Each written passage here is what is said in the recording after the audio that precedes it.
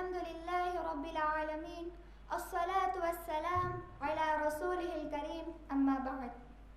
صدر محترم، مشفق معلمہ اور معزز سامعات، السلام علیکم ورحمۃ اللہ وبرکاتہ.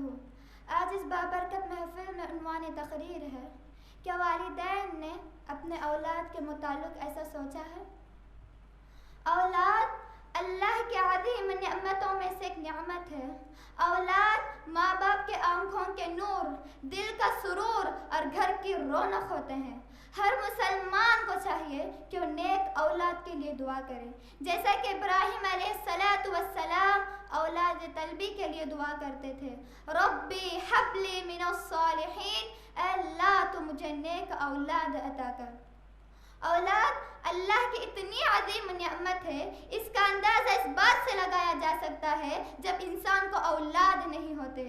جب انسان کو اولاد نہیں ہوتے تو اپنے آپ کو بے سہارا سمجھتا ہے، بے مددگار سمجھتا ہے اور اولاد ہونے کے لیے کیا کچھ نہیں کرتا. ڈاکٹروں کے پاس جاتا ہے، حکیموں کا چکر لگاتا ہوا نظر آتا ہے، حتیٰ کہ اپنے ایمان و عقیدے کا سودا کرتے ہوئے خبر اور مزاروں پر پیشانی ٹیکتا ہوا نظر آتا ہے. نعوذ باللہ من ذالک. اور جب اللہ تعالیٰ اولاد عطا کرتا ہے تو والدین اپنے اولاد کے مستقبل سنوارنے کے لیے ہر ممکن کوشش کرتے ہیں. کچھ والدین تو جائز اور ناجائز، صحیح اور غلط، حلال اور حرام میں فرق ہی نہیں کرتے. انہیں فکر صرف اور صرف یہی رہتی ہے کہ میرے بعد میرے اولاد کی زندگیاں کیسے گزریں گی، وہ کھائیں گے کیا، میرے مرنے کے بعد پئیں گے کیا، وہ جھونپڑیوں میں رہیں گے یا محلوں میں رہیں گے. اس میں کوئی شک نہیں ہے کہ والدین اپنے اولاد کے بارے میں فکر کرنا چاہیے، لیکن یہ فکر بالکل نہیں کرتے کہ میرے بعد میرے اولاد دیندار رہیں گے، میرے بعد میرے اولاد نمازی رہیں گے.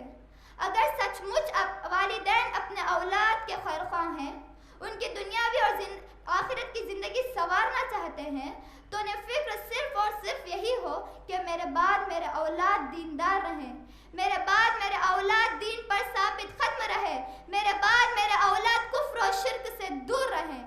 آج نہ ہمیں ہمارے بارے میں فکر ہے، نہ ہی اپنے اولاد کے بارے میں فکر ہے. ہم کہاں جا رہے ہیں، ہمارے اولاد کس راہ پر چل رہے ہیں، یہ فکر تو صرف اور صرف انبیاء علیہ السلام کی تھی. جیسا کہ اللہ تعالیٰ قرآن مجید میں فرماتا ہے: ام کنتم شہداء اذ حضر یعقوب الموت اذ قال لبنیہ ما تعبدون من بعدی قالوا نعبد الہک و الہ آبائک ابراہیم و اسماعیل و اسحاق الہا واحد ونحن له مسلمون. کیا آپ اس وقت حاضر تھے جب یعقوب علیہ السلام کا موت کا وقت قریب آیا تھا؟ انہوں نے اپنے اولاد سے پوچھا: تم میرے بعد کس کی عبادت کرو گے؟ انہوں نے کہا: آپ کے آباء و اجداد ابراہیم، اسماعیل، اسحاق کے رب کی عبادت کریں گے، ہم اسی کی فرمانبردار رہیں گے. یہی فکر ہر والدین کو چاہیے. والدین کو چاہیے کہ اپنے اولاد کو نصیحت کرتے رہیں کہ اپنی زندگی کے تمام امور اسلامی قوانین پر گزارے، اور ان کی زندگی کی آخری سانس ٹوٹے تو اسلام کی حالت میں ٹوٹے. مگر افسوس آج والدین اپنے اولاد کو دین کی نصیحت کرنے کے بجائے دنیا کی نصیحت کرتے ہیں. اگر جائیداد چھوڑ کر جاتے ہیں تو کہتے ہیں فلاں زمین تم لے لینا، فلاں زمین فلاں کو دے دینا، فلاں مکان تم لے لینا، فلاں مکان اپنے بھائی کو دے دینا، میرے چھوڑے ہوئے مال کی حفاظت کرنا.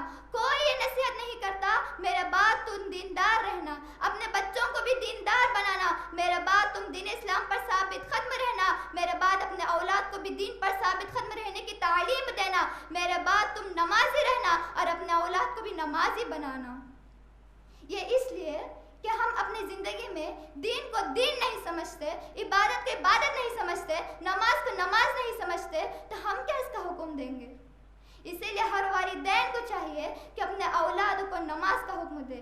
جیسا کہ عبداللہ بن عمر رضی اللہ عنہ سے روایت ہے کہ رسول اللہ صلی اللہ علیہ وسلم نے فرمایا: جب بچہ 7 سال کا ہو جائے تو اسے نماز کا حکم دو، جب بچہ 10 سال کا ہو جائے تو اسے مار کر نماز پڑھاؤ. مگر افسوس آج والدین خود 25-40 سال کے ہو جاتے ہیں، خود ہی نماز نہیں پڑھتے، تو 7 سال کے بچے کو اس کا کیا حکم دیں گے؟ بتانے کا مقصد صرف یہی ہے کہ اولاد اللہ کی عظیم نعمت ہے. والدین کو چاہیے کہ اپنے اولاد کو نصیحت کرتے رہیں کہ وہ اپنی زندگی دین اسلام پر ثابت قدم رہیں، اور والدین کو چاہیے کہ اپنے اولاد کو اچھی سے اچھی تربیت دے۔ اور آخر میں اللہ تعالیٰ سے دعا ہے کہ اللہ تعالیٰ ہم تمام کو دین اسلام پر ثابت قدم رہنے کی توفیق دے، آمین۔ السلام علیکم ورحمۃ اللہ وبرکاتہ۔